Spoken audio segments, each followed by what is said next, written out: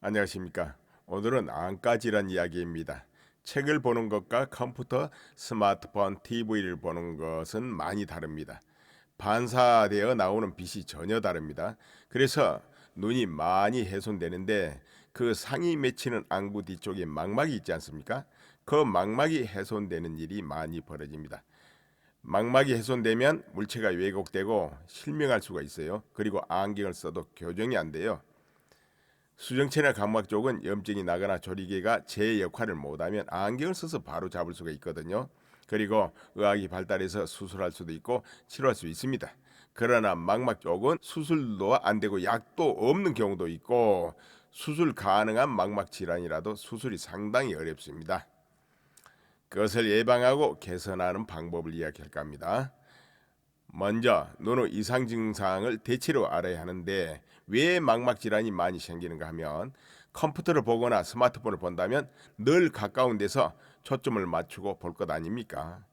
특히 스마트폰 이게 가장 눈을 나쁘게 합니다. 그리고 모니터는 청색광이 뿜어 나와서 망막을 괴롭힙니다. 가까이 한 곳만 주시하면 망막의 중심에만 무리를 하게 되어 눈의 모든 부위를 골고루 사용해야 하는데 한쪽에만 일을 하는 거예요. 그래서 중심 부위가 탈이 나는 것입니다.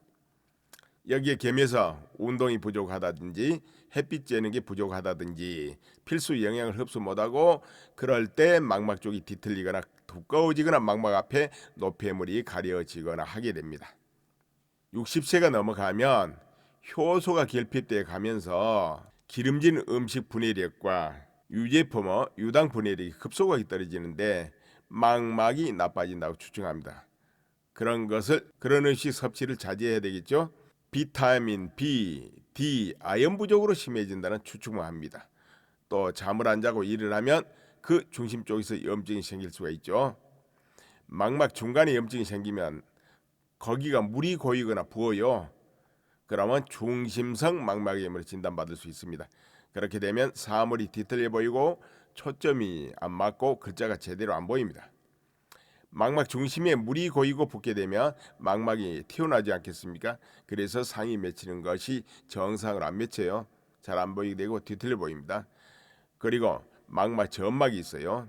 네 경계막 구멍으로부터 악교세포가 자라서 유리체 망막 사이에 들어가 증식해서 망막 앞에 막이 생김으로써 사물이 휘어져 보입니다. 망막 점막은 다행히 망막 앞의 막을 걷어내는 수술이 가능해요. 그리고 외부에서 들어온 형광 물질이 돌아다니다가 망막에 모이는 경우도 있어요. 잠을 잘 때 불을 안 끄고 잔다든지 그러면 눈이 의식하면서 활동을 하므로 쉬질 못해요. 그래서 망막 앞에 형광 물질이 모일 수 있습니다. 이렇게 하얗게 끼이는 애도 있고 또 염증이 생기면 동그랗게 검게 나타납니다. 그래서 중심에 초점을 맞출 수가 없어요. 글자를 못 읽게 돼요.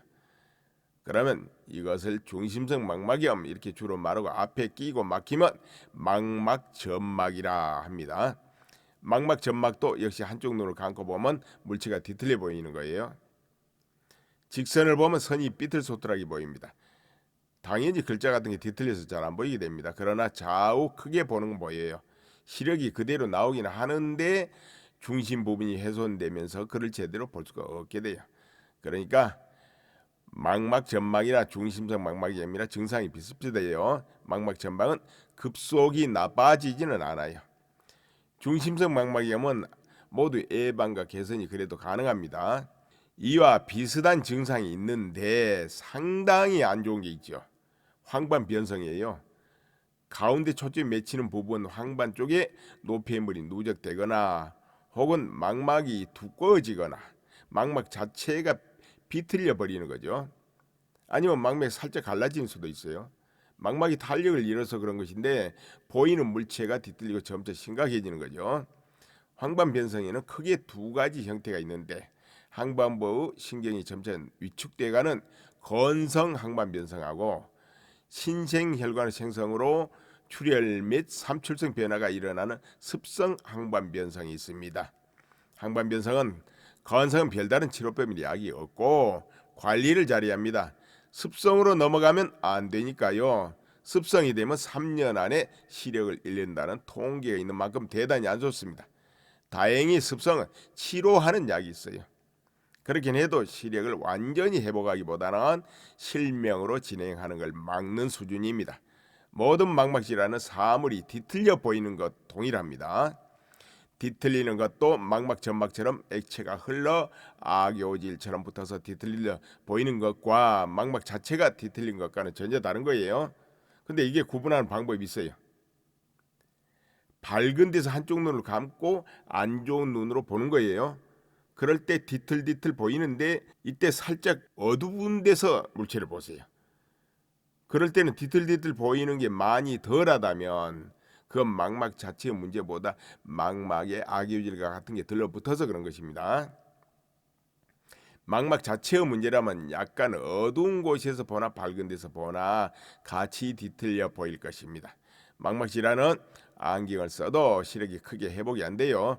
도수하고 별 상관이 없으니까요. 뒤틀리고 시야가 좁아지는 등 안경으로는 교정이 가능하지 않아요. 특히 망막 질환 환자는 다초점 안경은 절대 쓰면 안 돼요.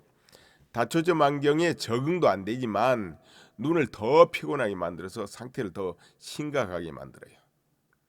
이렇게 까다로운 망막 질환도 우리 주변에 예방하고 현상 유지를 하는 방법과 조금씩 개선하는 방법이 있어요. 이겁니다. 우선 개선 운동과 영양제 복용, 그다음 습관 교정 이런 것이 결합해서 예방하고 개선할 수가 있습니다. 습관부터 말씀드려 보자면 잠을 잘 때는 꼭 불을 끄고 충분하게 자고 스마트폰을 오래 보지 마세요. 모니터를 보더라도 운동을 해주면서 봐야 해요.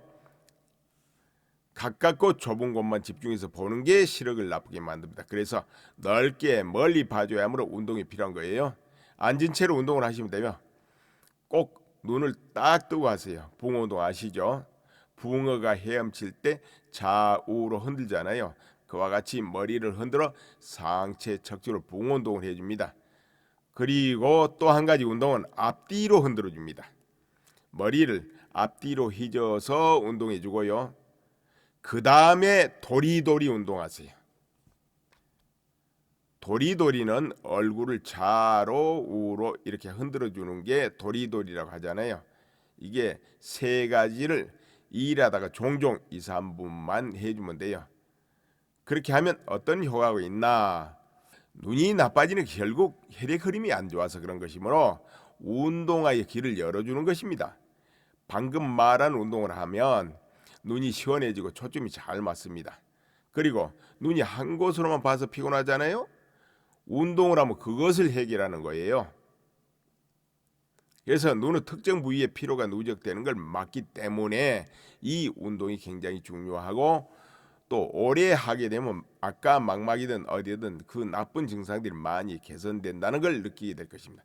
그리고 여기에 추가해서 목 옆으로 내려가서 어깨와 만나는 곳 니은자가 되잖아요. 니은자.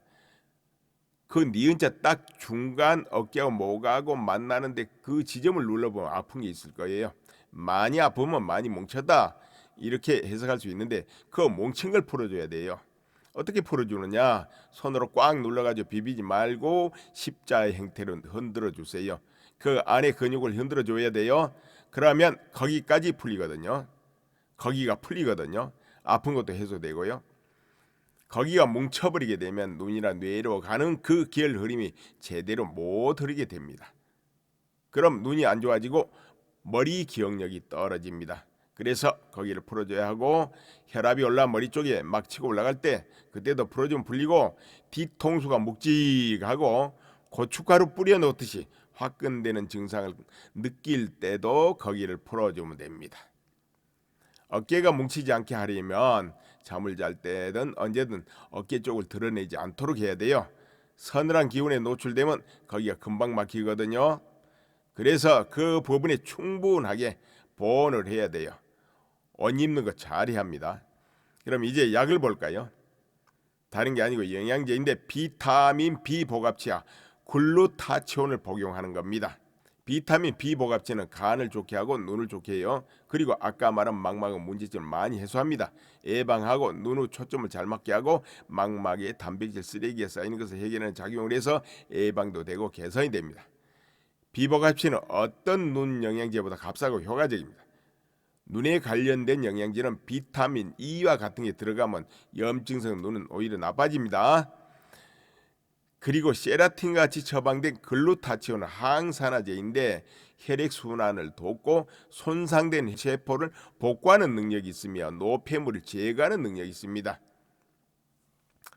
비타민 B 복합제는 인터넷상에서 다 살 수가 있어요. 외국 제품도 구매할 수 있고 국내 제품도 구매할 수 있는데 용량을 보면 50mg 이상씩 과다하게 처방이 돼 있어요. 그렇게 되면 며칠 쌈박하게 먹는 건 돼도 길게 복용할 수가 없어요. 부작용이 나니까요. 아주 소량으로 일일 꼭 필요한 충족치만 처방돼 있어야 하거든요. 그리고 비복합제 중에는 비타민 E나 니아신 같은 게 대량 처방되면 안 돼요. 니아신은 홍조를 일으키고 열을 올리는 성질이 있어서 염증성 눈에 좋지 않아요. 적절하게 처방된 걸 시중에서 찾아보면 B꼼정이란 게 있어요. 유한장애에서 나온 건데요. 그 B꼼C는 아니고 B꼼정입니다. 옛날에는 약국마다 다 팔았어요. 쌉니다. 근데 요즘에는 일반 약국에서 팔지 않아요. 약사용으로만 공급한다나 어쩐다나. B꼼 용량이 아주 소량 들어있고 아까 말한 E가 없고 니아신 같은 게 소량만 처방돼 있어요. B꼼을 하루에 식후 바로 한 알씩 하루에 2번 정도 드시면 됩니다. 소변이 자주 나오거나 무릎이 차가워지는 증상이 생길 때만 하루 한 알로 줄이면 돼요. 복용하면 눈 초점이 잘 맞고 눈이 생기가 살아나고 그 다음에 개선되고 또 염증이 있는 게 사라지기 때문에 증상이 예방과 개선이 됩니다. B검정은 일반적으로 약국에서 안 팝니다. 그렇기 때문에 약사한테 한 통 구해 주세요 하고 부탁하는 수밖에 없습니다. 여기서 오해를 하시면 안 될 부분이 저는 유한양행이라든가 B검이라든가 어떤 연관도 없는 사람입니다. 다만 B검정 구성이 눈에 안 좋은 분들한테 상당히 유효하다고 믿기 때문에 그것을 소개해 보는 것뿐입니다. B는 망막에 탄력을 공급할 수 있는 요소가 됩니다. 그래서 여기 더불어서 같이 먹어야 될 게 비타민 D와 그리고 아연을 같이 공급해야 돼요. B검정 효능은 탈모도 예방하고 피부를 건강히 만들어서 상처가 났을 때 곪지 않고 약을 안 발라도 잘 낫고 흐르는 피가 잘 멈추는 효능이 있어요. 또 입안이 헐 때, 입안을 설 때, 입안 염증이 날 때 신속하게 회복시킵니다. 그리고 손톱이 얇아지고 쪼개지는 경우가 있잖아요. 손톱이 얇아지면 갈라집니다. 이런 분들이 B검을 먹게 되면 손톱이 안 갈라져요. 기억력이 좋아지기도 합니다. 눈의 시력을 회복시키는 힘이 있어요. 건망지기도 좋아요. 글루타치온은 해외 직구로 아이허브 같은 데서 구매할 수가 있습니다. 꾸준히 먹어야 하므로 대량으로 많이 먹으면 안 돼요. 꾸준히 복용함으로써 예방을 하게 되고 최소한 현상 유지한다는 것이죠. 더 나빠지지 않게. 그리고 개선도 할 수 있어요. 오래 꾸준히 실천하면 자기가 느낄 수 있어요. 개선이 된다는 건 뭘 의미할까요? 개선된다는 것은 시력이 확실하게 초롱초롱해지는 걸 느낄 수 있고 초점이 잘 맞고요. 그리고 망막 질환 중에 망막이 훼손돼서 약간 틈이 갈라지는 애도 있잖아요. 그러면 직선을 보게 되면 탁 꺾어져 보이는데 그런 것도 다시 틈이 붙어서 개선되는 수가 있어요. 그리고 망막이 두꺼워지는 걸 예방하고 탄력을 주는 겁니다.